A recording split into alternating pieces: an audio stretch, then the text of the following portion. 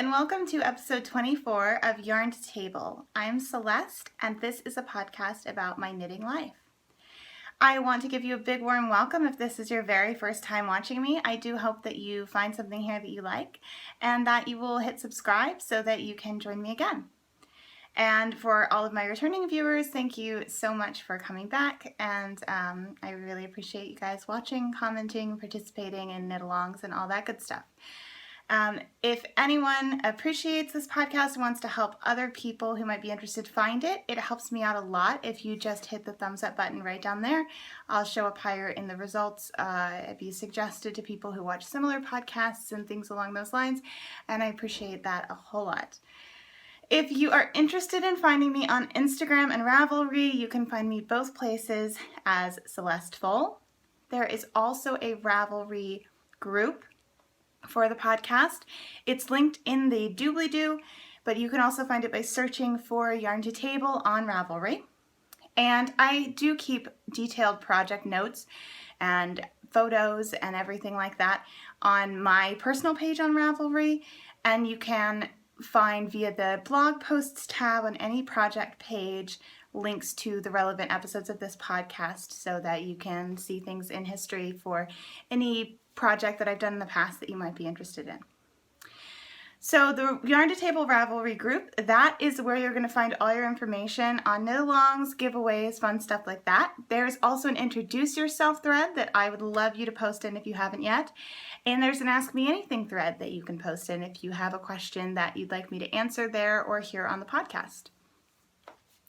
Right now we have two knit-alongs happening. One is about to come to an end. That's the Great Unravel, and that is actually ending this Monday as this is going up. I'm recording on Sunday, but it will be ending when this goes up. But I won't be able to announce the winner until next week because when we extended the deadline, it ended up ending on a Monday. So that's the situation there. I will be announcing the winner next week. So make sure that you stay tuned if you participated, and thank you to everyone who did. It was a really great time. Taylor from Wool Needles Hands and Caitlin of Wool Jewel and I all hosted it together, and it was really incredible to see all of the amazing projects that you guys did. So thank you so much for everyone who participated, and I'm excited to announce the winners next week. The other knit-along is running through the end of August, and that is the Summer Garment Cal. I'm co-hosting this with Anna of Dunkelgroen, and this is just all about focusing on summer garments in the summertime when you may not be wanting to knit sweaters. There's a lot of other stuff that you can knit with lighter weight yarns, shorter sleeves, things like that. You can knit summery sweaters, you can knit t-shirts, camisoles, things like that. So there is a list of the rules, sort of what constitutes a summer garment, in the thread on Ravelry, and all the other rules that apply to this knit-along. You can knit several garments if you like. You get an extra entry for each one, or you can knit just one garment, as long as you get your FO posted by the end of August. And it's been a really fun knit-along as well. And if you want some ideas, there is a list of suggested summer garment patterns, a really big list in the Yarn to Table Ravelry group, but obviously you can knit something that's not on that list as well. So now that I've got all that out of the way, take a nice long sip of my iced tea. It is so hot today, you guys. And I just got back in from a long walk, so I'm a little bit shiny and blotchy, and I'm really enjoying my iced tea. I'll tell you about this. I am drinking David's Tea Movie Night, which is a green tea that actually has big chunks of popcorn in it and everything. I did this as a cold brew here in this mason jar. I did 1.5 tablespoons for every cup of tea for every cup of water. Shook it up, let it, be in there just floating around overnight, and then I strained it. And it's good. It's real good. Okay. So now that we have talked cowls and we have talked tea, let me show you the finished object that I have for you this week. I finished my Weasley is Our King socks. So these, as you saw, I was almost finished with last week. These are a lovely pair of vanilla socks that I started while I was in Cambridge. And the yarn is from the Harry Potter Club that Molly of a Home's Fun House does, along with Sucre Sucre Miniatures. The colorway is called Weasley is Our King. And it's just absolutely gorgeous. I did these on 2.25 needles, 56 stitches cast on. I did a 1x1 twisted rib for 10 rows, and then the cuff and the foot are the same length, 75 rows, fish lips kiss heel, and a traditional Kitchener's toe. Now you'll notice that these are a little big for the sock blocker, and I actually just realized that for the last couple pairs of socks, I've been knitting a 75 row toe, 75 row foot, basically between the heel and where I start decreasing. And that's actually 10 rows longer than I had been doing. And I've racked my brain trying to figure out how that happened, but I can't. So I'm not sure exactly what happened there. I think it has something to do with the fact that when I do self-striping and a contrast toe, I'll oftentimes start the contrast color before I actually get to the decreases because I like to have a larger contrasting toe. And I think somehow with that, I got confused about how long the actual foot was versus how long the toe was. You know how it goes. So anyway, so it's not, I mean, it's not been a huge problem because it's not like a big difference, but I am gonna, you know, go back to knitting them a little bit shorter. I think they'll fit my foot better, and they'll look better on the sock blockers as well. Not that that should matter, but you know. Yeah, so these are gorgeous. I'm excited to wear them. I haven't yet because I wanted them to look fresh for the podcast. And, you know, this yarn is just so stunning. I really like the base that Molly uses. I know that she puts a lot of thought into her bases, trying them out and making sure that it's something that she really likes. And I appreciate that so much because sometimes there will be an indie dyed yarn where the dye is just so gorgeous, but the base is not your favorite, and that can be frustrating because, you know, it makes it less fun to knit with. But Molly's bases, and I've had a couple of hers. I've had her Stellina base. Have I had her Stellina? Yeah. No, I haven't. So I think I've just had her her regular sock base, her, what does she call it? Soft sock? That's not right. I don't remember. Her regular sock base, and then I've had her local yarn club that is on a non-superwash local yarn, and they were both just absolutely beautiful bases. So and I can tell by how she talks about it that she puts a lot of thought into choosing and testing bases. So that's great. And then obviously the dye job is just so incredibly beautiful. The colors and the way they work together. I just love these socks, and I am thrilled to wear them. So I mentioned to you last week, and because I had been knitting some more socks, some more vanilla socks, because I was in Cambridge and I needed something portable and mindless to knit on in class and between classes and everything, I had started thinking, you know, I really should get back to those socks I was making for my husband, and I did, and I have a half object to show you for it. So these are living in a Society 6 Harry Potter bag, and they are knit with Felici from Knit Picks in the colorway Beyond the Wall, which I can only assume is inspired by Game of Thrones, which by the way is premiering tonight, so good timing on my part, try and get these done for the season, the new season of Game of Thrones. So it's a Felici, and here is the finished first sock. As you can tell, probably, it is a little bit bigger than the ones I make for myself. He doesn't have huge feet, but you know, he is a man. He has man-sized feet. So, for these, I went up a needle size to a 2.5 instead of a 2.25, mostly just because I had one of those on hand. And I also went up to 60 stitches instead of 56 stitches. I think that if I had been knitting for him on the same needle size I used for myself, I probably would have gone ahead and added 8 total stitches around, but I just added 4 because I also went up in the needle size and it fits him well.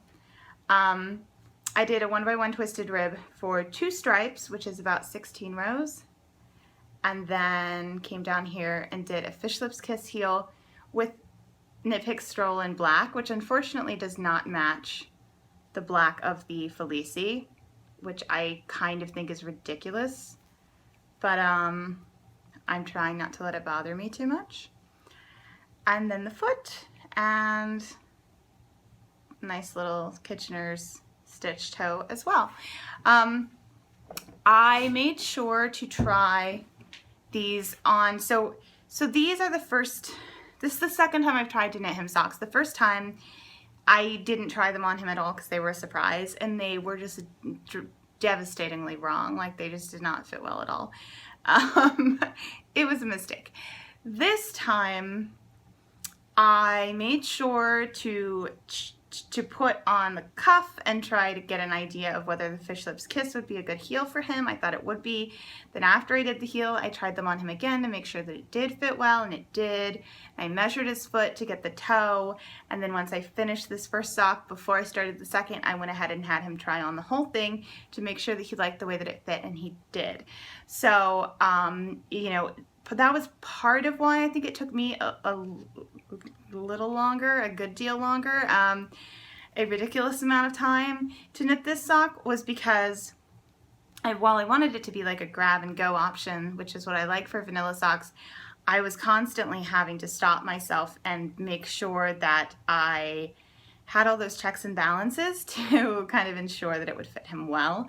But now that I've done that, I can sort of zoom on the next sock, which is good, because I'm excited to have these done for him, and he's actually really excited to wear them, or you know, at least he's doing a good imitation of someone who is excited to wear them, which I appreciate.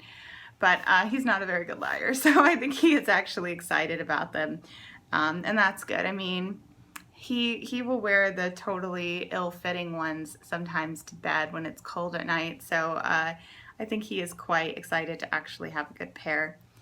So yeah, I've been really happy to get through these.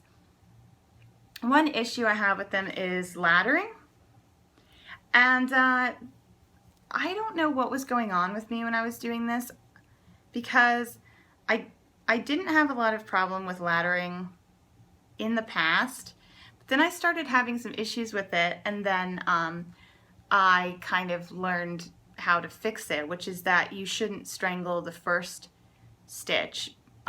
You should sort of stitch a couple times and then give it a tug.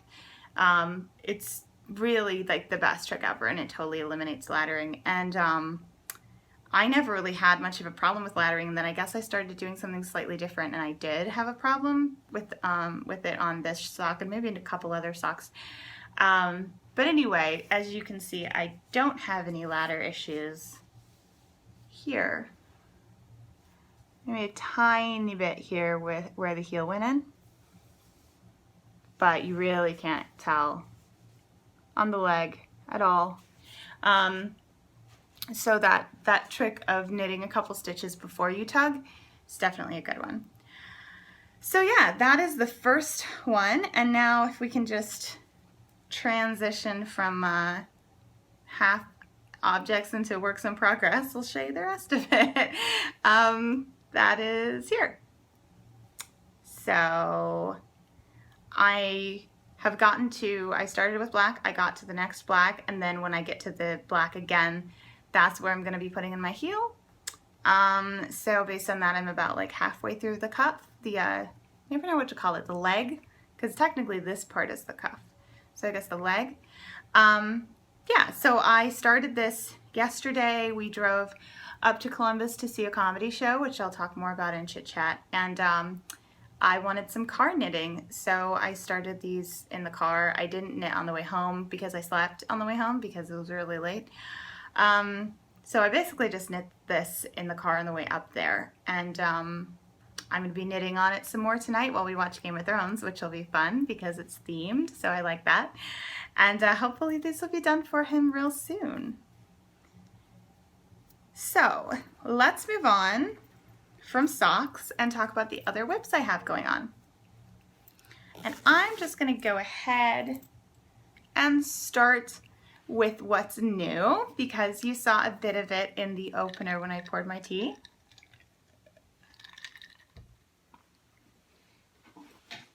Living in my Fringe Supply field bag, which by the way I think has gotten a couple other enamel pins since you last saw it. So I'll talk you through them if you haven't seen them before. Little cat in a sleep mask, pretty great, right? Beet, because I love beets. Margot Tenenbaum. This 100% human came from Everlane when I ordered a top that said human woman on it, which is like a campaign they did. And then this, the Knit Show with Vicky Howell, is this was actually a Kickstarter gift that I got for contributing to her Kickstarter and Feminist Killjoy. These are all from Etsy, these four. So Vicky Howell, you guys all probably know who she is. She's like one of the big knitting celebrities. She had this show on like DIY Network or something in the early aughts called Nitty Gritty. And that show was like very formative to me. I've talked before about how I taught myself in the late 90s to knit. I was 10 and I taught myself out of a book. And that was like the basic, how to do garter stitch pretty much. And I think I learned stockinette in the round as well. And I would do like round scarves and stuff, but pretty simple stuff. And then by watching Vicky Howell on on Nitty Gritty, almost said the Knit Show. That's the name of her new show, right? Yeah, the Knit Show. Anyway, on Nitty Gritty, because it was like video and it was like someone being there, this was back before YouTube, so I couldn't learn things on YouTube. It was the first experience I had with someone actually being able to show me how to do stuff. And it was like I learned lace and I like did complex stuff like illusion knitting and double knitting and just like took off. Like every episode she would have some new technique and I would learn it, and like she was very important to me.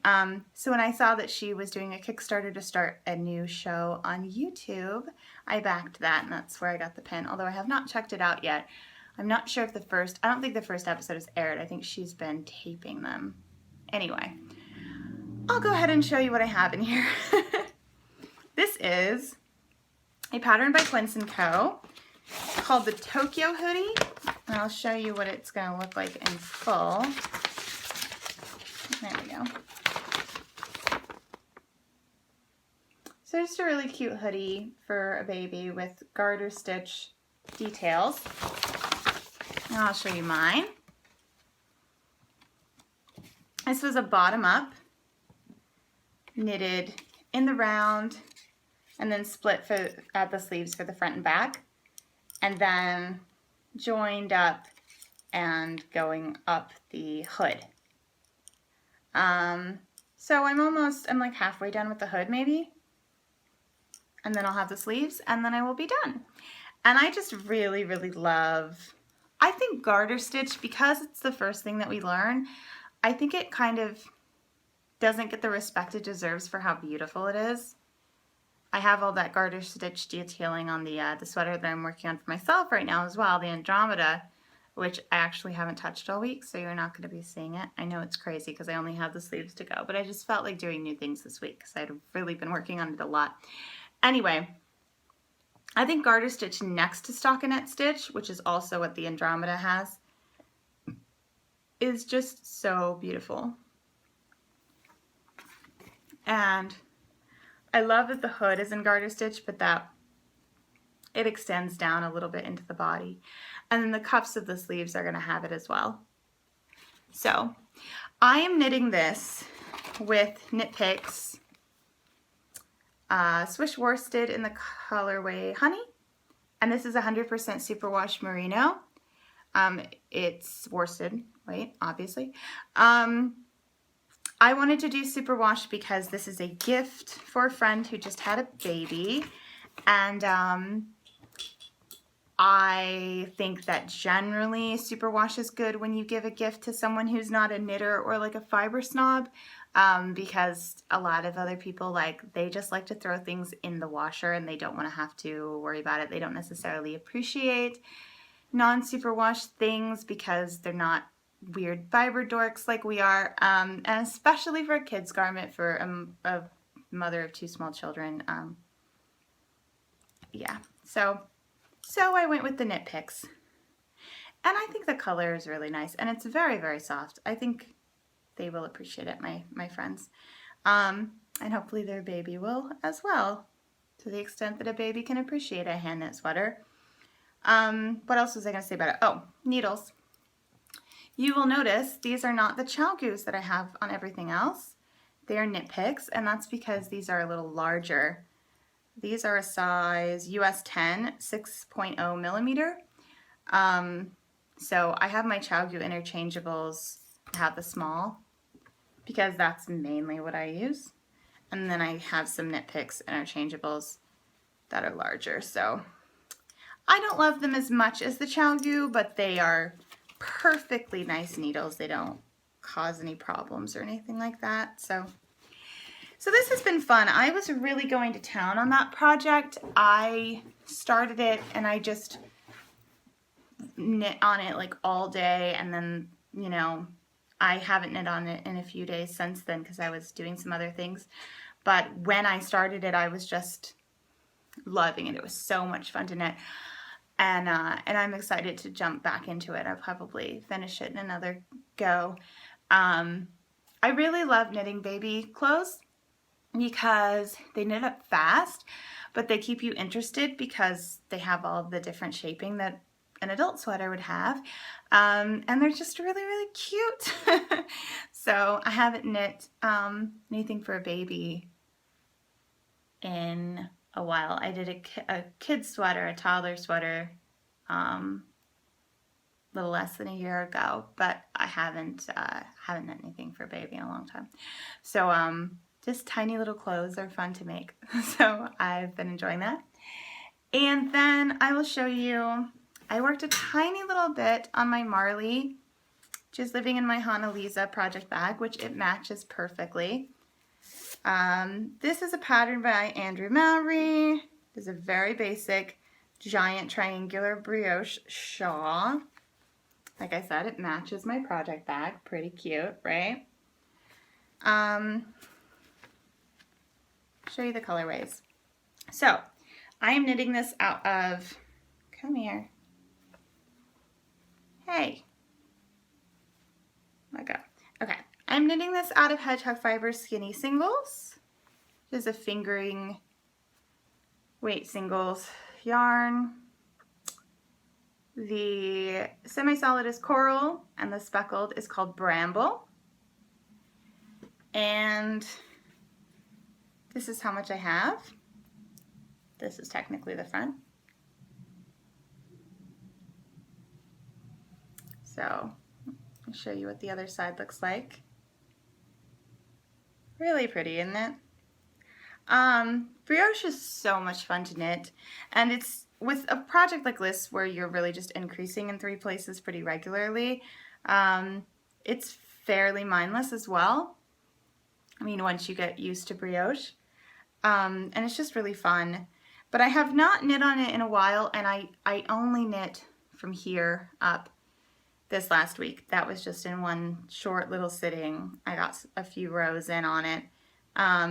Just because I've been occupied with other things, and I honestly didn't have a ton. I didn't knit a ton this week because there were a few other things going on.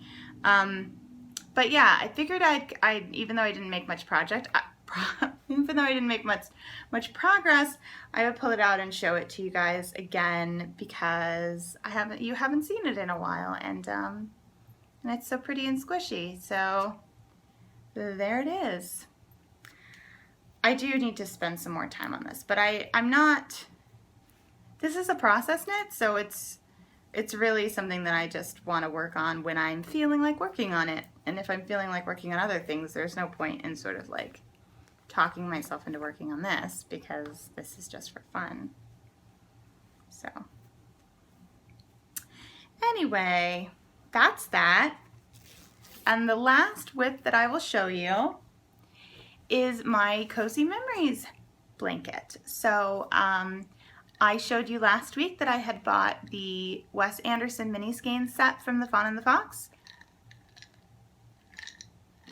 And I bought that specifically with the intention of knitting a square of each into my Cozy Memories quilt. And I did. So, show it to you. Now, my concept of my Cozy Memories quilt is that I really want every square to be special. And so far, every square has represented an actual memory. That is an actual project that I made with that yarn.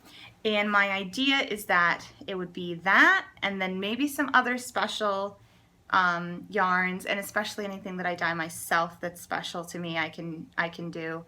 But I don't want it to just be a place to use up like random minis and scraps. So anyway, I knit these 5 are the Wes Anderson mini skeins, and I actually have not quite finished the second row. I still had 3 squares to go, but I wanted all the Wes Andersons to be next to each other, so I just went ahead and started a 3rd row with them. And what I did is I actually had a movie marathon for myself, and I watched Royal Tenenbaums, Moonrise Kingdom, and The Life Aquatic. It was amazing. I had not seen The Life Aquatic in about 10 years, and I'd only seen it once before. And then Moonrise Kingdom I'd only seen a couple times right after it came out. And Royal Tenenbaums I've seen about 50 times at least. So I watched all of those and knit in my little skeins. So I'll show you which ones are which. This guy here is the Royal Tenenbaums, and I imagine that the blue and the red and the tan all kind of represent the siblings, because those are the colors they tend to wear. I mean, this is just my guess for where the inspiration comes from. This one is Moonrise Kingdom, and it's got a lot of pink, which is the color of the dress that the girl wears, and some brown, which is like the khaki scout costume, uniform, I mean. And then the very pinky one is Grand Budapest Hotel, which is definitely inspired by that pink building, the hotel itself. Life Aquatic is full of sea colors, which makes sense, and little bits of red for the red hats that they wear, I would imagine. And then Fantastic Mr. Fox is totally these like 70s sweater colors and the fox fur and all those colors that you see in that movie. So yeah, that was a lot of fun. I really enjoyed, you know, matching my knitting to what I was watching. I like doing that a lot. Obviously, I'm going to be doing the Game of Thrones socks while I'm watching Game of Thrones tonight, and I like to knit Harry Potter things and watch Harry Potter movies or listen to the books or whatever. It can be really fun. Super nerdy, but really fun. So yeah, I really enjoyed my little mini Wes Anderson knit along that I had with myself. I thought it was a lot of fun. And I think they're quite cute, and my blanket is coming along nicely, I think. I'm really excited about it. My blanket, if you have not seen it before, it's made with mitered squares. It is 15, yeah, I think it's 15 squares wide, and I'm probably going to make it about 10 rows long. I mean, we'll see, I might make it longer. And the squares are done, so you cast on here, right, and then you decrease as you go. That's what creates the mitering. They're done in garter stitch. I cast on for mine 41 stitches, and then I do a centered double decrease on the front side in the center, and on the back side I do a purl stitch which creates another knit stitch, which is how I get this nice little chain. And I also slip the first stitch and knit into the back of the last stitch, which makes it easier to pick up those sides for when you are adding the other squares. So that's my little quick and dirty tutorial on that. If you are not familiar with mitered squares or Cozy Memories blankets, you can find a lot more information on how other people make theirs and stuff like that online, but I figured I'd let you know about mine. Oh, and I do mine on 2.5mm needles. These are signatures. Just little straight needles, which I think is nice for doing the small work of this, and it lives with them, and I bought them specifically for the blanket. So that's my nice little treat. And I'm keeping this in my giant blanket bag, which it's not really big enough for yet, but why not? This I made for myself out of the Gastleuse fabric. And cute little pink zipper. The base is leftover canvas from my Stars Hollow bags. And this and the lining are an old sheet, top sheet. Not old, like we never used it, but you know what I mean by old, like it was a top sheet and now it's lining. Okay, so that is all my whips. So for On the Horizon, I have lately been thinking about fall knitting, and I know that probably sounds crazy because we are in the heat of summer, at least here in the Northern Hemisphere we are, but it is about halfway through July, and August is really when I'm going to be needing to start knitting anything that I want to wear in the fall time. So fall time, is that a phrase? Oh my gosh. Is autumn time? You say springtime and summertime and winter time, but for some reason fall time and autumn time sound weird. How have I never noticed that before? Well, we are really sidetracking on this whole fall time thing. Anyway, I guess if you're British, even fall by itself probably sounds weird to you guys, but what I'm getting at is I've been thinking about things that I want to be able to wear in the fall, and just fall-y nitty goodness, and I wanted to share with you a few projects that I will probably start knitting around August-ish, pick up soon after I finish some of the things that I'm working on now that are all focused on fall. So the first one is the Nobu pullover by Olga Baraya Kefalian. And this is just a really, really gorgeous cable-y sweater that I'm planning on making in the kind of rusty, pumpkin-y color that it is displayed in the pattern photos, because I just think it looks so beautiful in that color. I think it's Campside or something. I'm not going to say what the colorway is because I don't know, but anyway, it's the one in the pictures. So right now I'm finishing up my Andromeda, and then I'm going to do the wispy cardigan after that. But I want the Nobu to be my next sweater. So probably I won't get going on that until it actually is fall time. Fall time. Anyway, but I've had that on my mind. And then I've also been thinking socks. I have some Knit Pick Stroll in the colorway Pumpkin, which is a lovely pumpkin color, and I've been wanting to turn it into some Hermione's Everyday socks. So I might get going on those coming up next month, or maybe the month after that. And then of course there is my Void shawl by Melanie Berg that I bought that lovely sort of brown rust, very fall colored Malabrigo yarn for at the the LYS in Cambridge.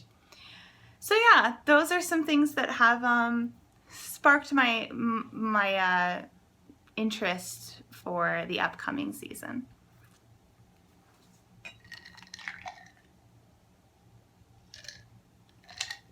I don't have any stash enhancement for you this week.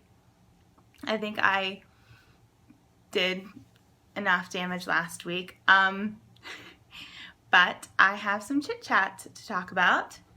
And I'm going to go ahead and knit a little bit on these socks while we get into it. So, if you're not interested in Chit Chat, thank you for joining me thus far. And like I said, please subscribe if you haven't yet. Hit the thumbs up button to help other people find me, and join me next time. And I really appreciate you being here. And otherwise, we'll get into the Chit Chat portion. So, as you know, last week I was very scattered. I had gotten back from Cambridge, and I had really worked myself to the bone there, and then got stuck in an airport overnight, so I stayed up for 24 hours, and you know, it was just a mess. And then I think I had mentioned, yeah, I had told you that our power went out for a day, and I can't remember if I mentioned at that point or if it had happened yet, getting caught in a thunderstorm and becoming entirely drenched with water. That also happened. So the combination of those things, if you're thinking, how did she not get sick? I went ahead and I did get sick this week. It finally caught up with me, guys. I outran it as best I could, and then I got sick. So it wasn't too bad. I'm still kind of getting over the sore throat, but it never got that awful. I think my immune system is pretty hardy because I don't get sick very frequently, and I don't tend to get very sick. I used to, but now I think I've pretty much just gotten all the stuff there is to get, and I mostly don't get it anymore. Anyway, but if I run myself as ragged as I had, I mean, you just can't do that and expect your body to keep up with it. That's just not good for you. So I started to come down with something, and you know, luckily I am in the very fortunate position of being able to take time to recuperate when I need to recuperate. I, for one thing, could just use sick time and you know, not work at all. But I am even more fortunate in that I have a job where if I'm up to working, but working from home, that's also an option when I'm sick. And then I don't have to use up, because we don't have separate sick time from vacation time. It's just all time, you know, paid time off.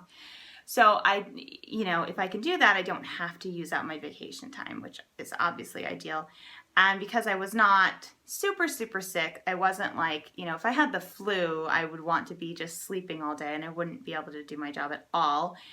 But I have the kind of job where it's like, if I'm in, you know, some pain or I'm contagious and I need to stay home for those reasons, excuse me, or just to kind of go easy on my body physically, just to be sort of in the comforts of home and making myself lots of tea with honey and lemon and just sort of cozying up and staying, you know, going easy on myself and not exposing other people to my germs and all that kind of stuff. That was really all that I needed. I was perfectly capable of doing the kind of work that I do. So I stayed home for, I think it was just 3 days. Now that I'm talking about being sick, my coughing it's been off and on, but I didn't cough through any other portion of this podcast. Now that I'm talking about being sick, I'm coughing. I should probably just have some tea. So anyway, I think I took 3 days. Yeah. I went to work on Monday, and then I went back to work on Friday, and I worked from home 3 days. So, you know, that wasn't fun, but I felt very fortunate that I was not worse, that it didn't, you know, it wasn't awful, and that I was able to still work and to not feel totally terrible. And, you know, I really did not expect to be able to get away with what I had done to my body and not get sick at all. Like, I had just run myself into the ground. So, yeah, that happened. And then yesterday, my husband and I drove up to Columbus. So we live in Cincinnati. And if you're not familiar, Columbus Cincinnati is on the border of Ohio and Kentucky, and near the border of Ohio and Indiana, on the Ohio River. And Columbus, which is the capital of Ohio, is up north of us, sort of in the center of the state. It was about a 2 to 3 hour drive. And there was a comedian performing there who we wanted to see, Ron Funches, if you're familiar with him. He's really, really great. And he was performing at a tavern there. It had like a stage. It wasn't part of the main tavern. It was weird. It wasn't exactly a comedy club, but it wasn't like a bar show either. Anyway, he was performing there at 10 o'clock. So we drove up and had dinner and then saw him, and then my lovely husband drove home while I slept. And that was just really a blast. We had thought about going up and kind of spending some more time in Columbus throughout the day, but we ended up deciding we'd rather just sort of chill here first. There wasn't anything in particular that we wanted to do. Columbus is not a larger city than Cincinnati. It's probably about the same size or maybe smaller. I don't know. They don't have as much to do there, I guess. So, you know, there were some things that we were like, oh, maybe we'll go to the art museum or we'll whatever. And I'm sure that would have been fun too, but it was also fun to just sort of chill here for a while. And then we went up and we ended up having dinner at this amazing restaurant that we really just stumbled into. It was just nearby the comedy venue and Italian, and we love Italian. So we checked it out. It was called La Tavola or Tavola. I think it means table in Italian, but I don't know. But they were like full up with reservations, but they had a space for us at the counter at like the chef's table near the kitchen, looking into the kitchen. And that was like super fun. We had a bottle of this really great wine that was the sort of like special of the moment, week, day, whatever. And we had this really amazing bruschetta and some focaccia, and the chef made us a little salad with farro that he sent over. And then my husband had baked gnocchi, and I had a, what kind of pasta was it? I think I can't remember what the pasta was called, but it was like a nice flat noodle. It was handmade pasta. And it was just really delicious. The wine was incredible, and we just had such a nice time just like having this long, luxurious meal and then seeing the comedy show. Like, it was just a really, really lovely date night, like something really special that we hadn't done in a while. So that was really great to have. And then today, we slept in, obviously, and then we got up and we went and had lunch. My parents were taking care of my brother's kids for the weekend. And his kids are 5 and 3, and they're a lot of fun. So my parents had taken them to a movie this morning and wanted to grab some lunch before they took them back to their to my brother's house. So we went and did that, and that was really great because, you know, we got to spend some time with the family. My husband hadn't seen our nephew and niece in a little while because the last time I got together with them, he was working because we work sort of different schedules. So that was really, really nice. We had some lunch, and then we walked to a gelato place in our neighborhood. So we had a nice long walk, which is why when I started recording, I was still really, really hot. But that was really, really lovely to get to spend some time with the kids and with my parents. And finally, the last thing I want to talk to you guys about, since we have a bit of a shorter episode in terms of like not a huge amount of stash enhancement, etc. So I have a little bit more time for chit chat. I'm going to set this down, and I'm going to show you guys the books that I'm reading this semester for my MFA. I've only started one of them, so I'm not going to have like a ton to say about each of them in terms of like my opinions on them. I just thought you might be interested in seeing what they are. So, as a reminder, I've just started a program to get my master's in fine arts in creative writing at Lesley University, which is in Cambridge, Massachusetts, and everyone in the program has a genre. So for my undergrad, I did my undergrad in creative writing as well. I studied poetry, but for my MFA, I'm focusing on nonfiction. So I read a lot of personal essays for that, and so the books that I am reading are all collections of essays. And what my faculty mentor, Kyoko, wanted to do was, so we have these like 4 packets that we exchange with each other every 4 weeks, where I give her like a big chunk of creative writing as well as annotations that I've written on the books that I've read. So for every packet, I'm reading 2 books. One is a single author collection of essays and the other is an anthology. And then I write annotations on those and kind of try to talk about like craft elements that they use, but also how I could apply that to my own writing. So for this first packet, this is my anthology, which is the book that I've already started, I'm almost done with. And then this is the other book I'll be reading, which is Animals Strike Curious Poses by Elena Passarello. So this is all essays, but it's all by the same author. So Waveform, this is 21st Century Essays by Women.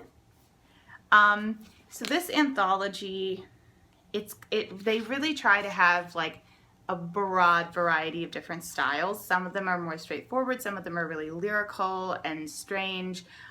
There's actually a graphic essay in here.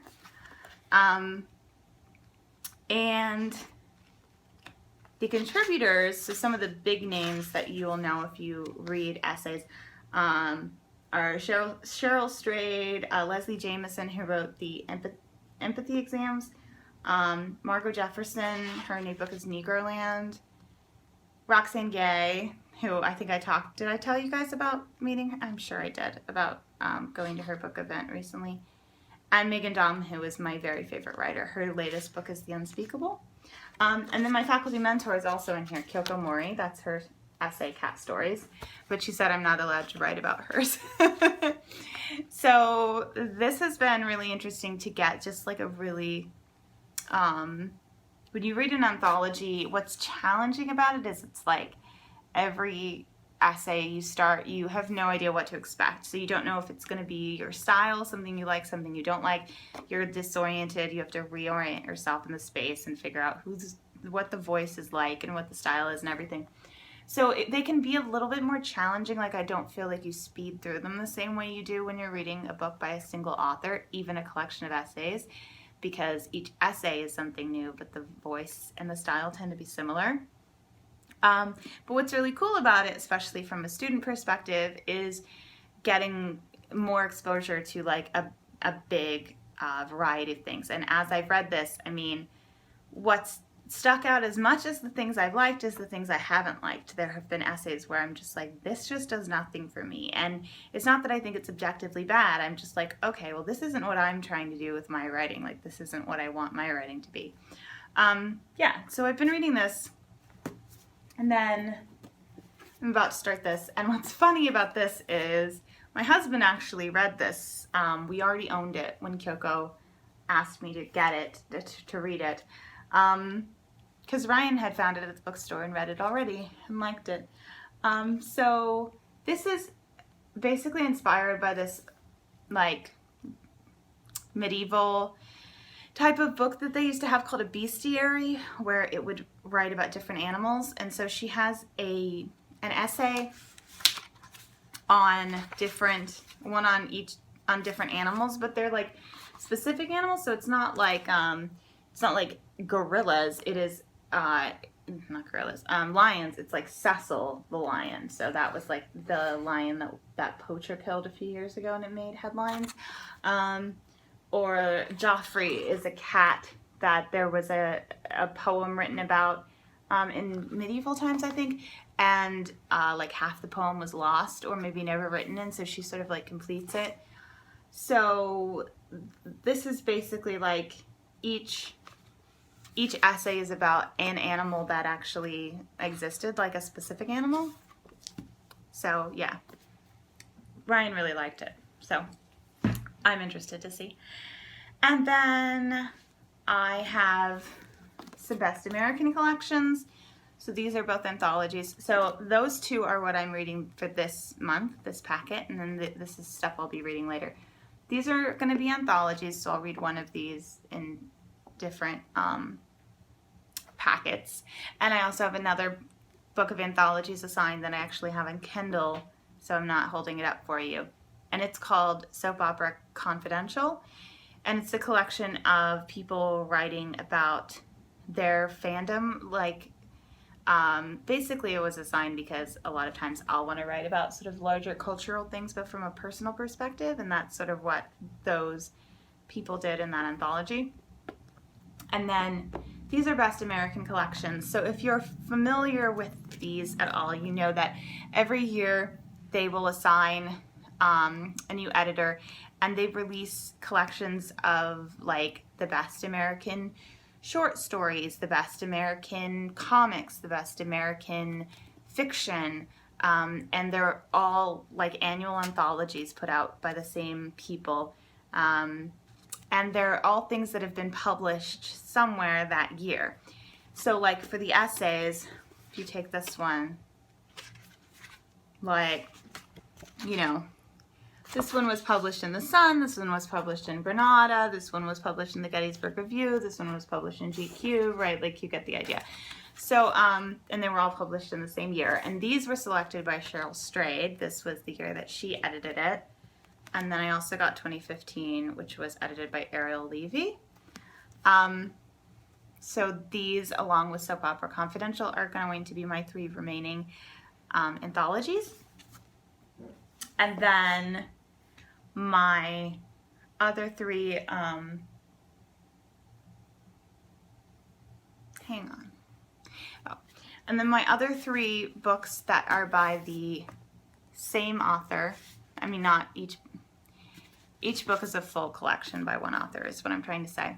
I have on Kindle, so I'm not holding it up, a book called Meatless Days, which is personal food writing, and then this is also some personal food writing. This is MFK Fisher, and it's called An Alphabet for Gourmets.